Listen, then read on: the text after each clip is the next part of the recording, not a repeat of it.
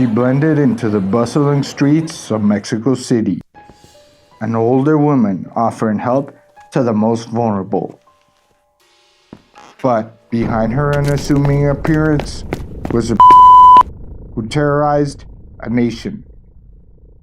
This is the story of Juana Barraza, known as La Mataviejitas.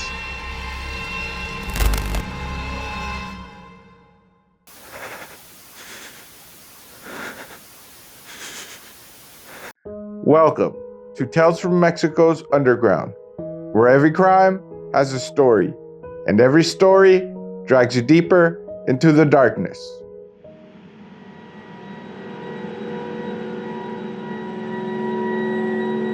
Juana Barraza was born on December 27, 1957, in the rural town of Epazoyucan, Hidalgo, in central Mexico. Her early life was marked by poverty and unbelievable cruelty. Her mother, Justa Samperio, struggled with alcoholism and was often violent.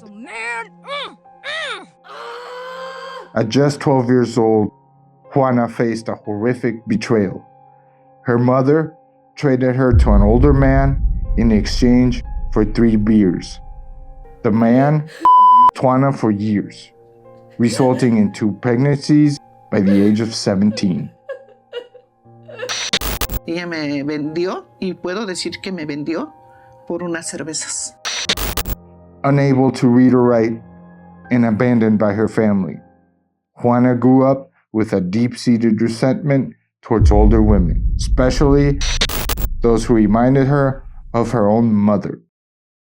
Yo odiaba a las señoras porque mi mamá me maltrataba, me pegaba y siempre me maldecía.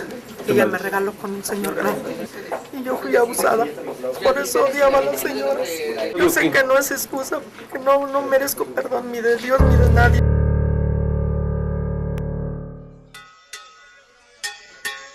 Respetable público, lucharán 2 de 3 caídas sin límite de tiempo.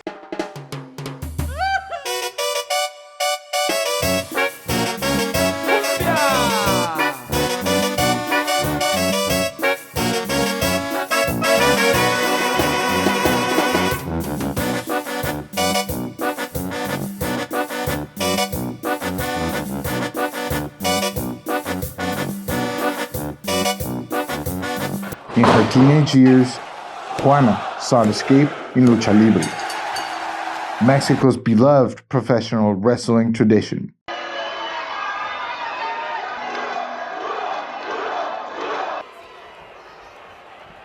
Lucha libre is more than just a sport.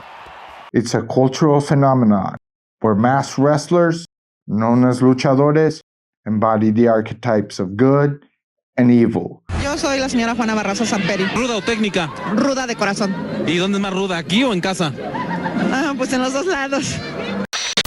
Captivating audiences with theatrical battles. Juana admired icons like El Santo,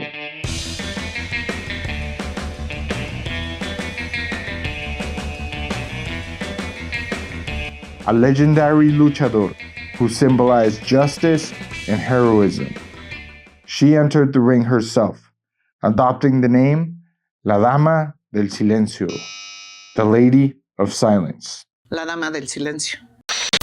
Dressed in a mask and cape, she chased recognition and a sense of power. But her wrestling career never flourished. Limited opportunities, financial struggles left her frustrated, amplifying her feelings of failure and anger.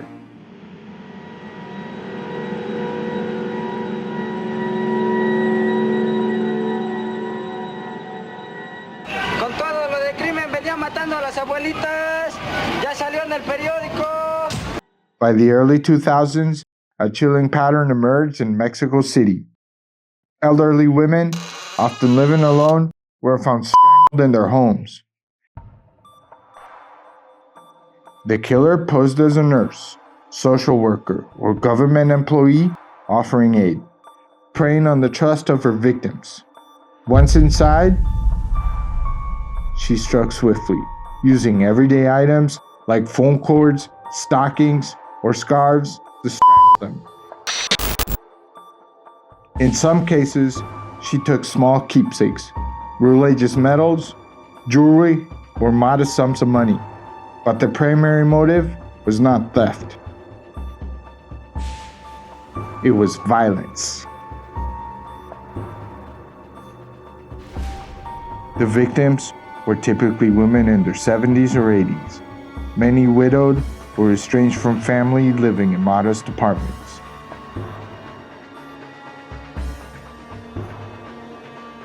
They were vulnerable, often welcoming strangers who promised help with pensions or medical care.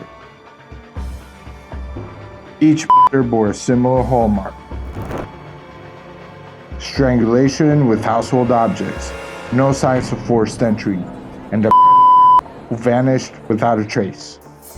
La Procuraduría del Distrito Federal reconoció que aumentaron de 12 a 14 el número de asesinatos de adultos mayores en este año. Between 2002 and 2006, the escalated. Authorities confirmed 16 linked to the same perpetrator, though some investigators estimate the toll could be between 24 and 49. Based on similar unsolved cases from the late 1990s and onward. The press dubbed the killer La Mataviejitas. Resuelva pronto porque fue mi abuela, pero yo no quiero que le pase a la abuela de nadie más. The Little Old Lady, a name that fueled public panic.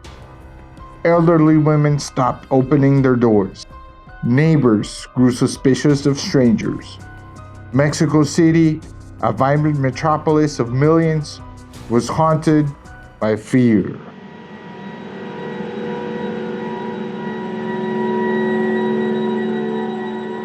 Lo que estamos haciendo es advertir que la gente se prevenga, que no se dejen volver, que esté alerta, que no las vayan a engañar como engañaron lamentablemente a otras personas adultas. The police struggled to catch the killer.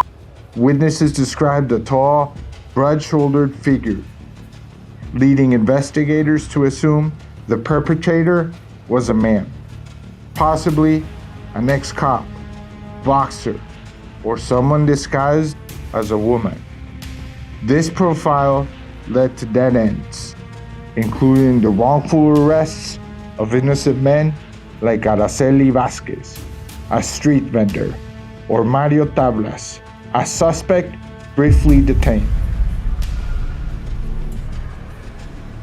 The media's sensational coverage amplified confusion, with headlines speculating about a cross-dressed.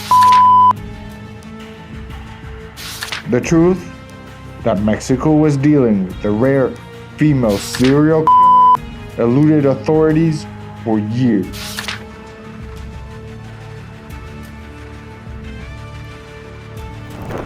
Criminologists later noted the psychological thread tying the together.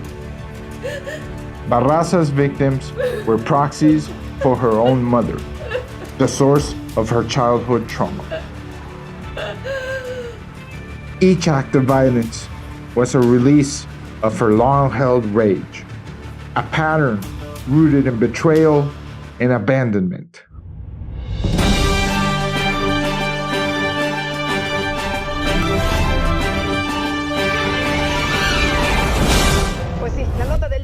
Mataviejitas. El misterioso asesino resultó ser una mujer que practicaba lucha libre. Se hacía llamar la Dama del Silencio. On January 25, 2006, the hunt for La Mataviejitas ended. Juana Barraza was caught fleeing the home of her final victim, 82-year-old Ana Maria de los Reyes Alfaro, a widow who lived alone in a small apartment. Barraza had strangled her with a stethoscope. A cruel irony, given her guise as a healthcare worker. Pérdida muy dura para todos. Nos incluimos mi mamá y yo. Anita era una persona increíble, maravillosa, digo. Neighbors spotted Barraza leaving with stolen items, including religious trinkets, and alerted the police. She attempted to blend into the crowd, but was apprehended. A search of her home uncovered belongings from multiple victims, linking her to the string of murders. The revelation stunned Mexico. Apenas el viernes pasado, que en el noticiario Meridiano, se transmitió una nota que da a pensar sobre las sorpresas que da la vida. No se equivoca, esa mujer que estaba ese día en las luchas es la Mataviejitas. La Mataviejitas was not a man in disguise, but a 48-year-old woman, a mother of 4, and a former luchadora. The public and the media were both horrified and fascinated, grappling with the idea of a female serial killer in a society where such crimes were almost exclusively associated with men. In March 2008, Juana Barraza was convicted of 16 murders and 11 aggravated robberies.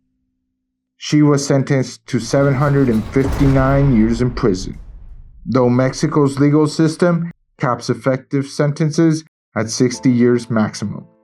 She remains incarcerated at Santa Marta Acatitla prison in Mexico City, where she has reportedly expressed remorse but also maintained a complex persona, sharpened by her past. The case of La Mataviejitas left a lasting mark on Mexico. It exposed vulnerabilities in the social safety net for elderly women, many of whom lived in isolation. It also challenged stereotypes about serial killers, forcing society to confront the reality that violence knows no gender. Barraza's story, steeped in trauma, rage, and a fleeting grasp for identity through lucha libre, remains a haunting reminder that danger can hide behind the most familiar of faces.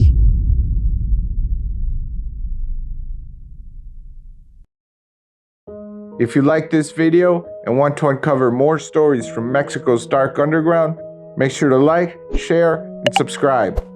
Don't forget to activate the bell so you never miss what's coming next. See you in the shadows.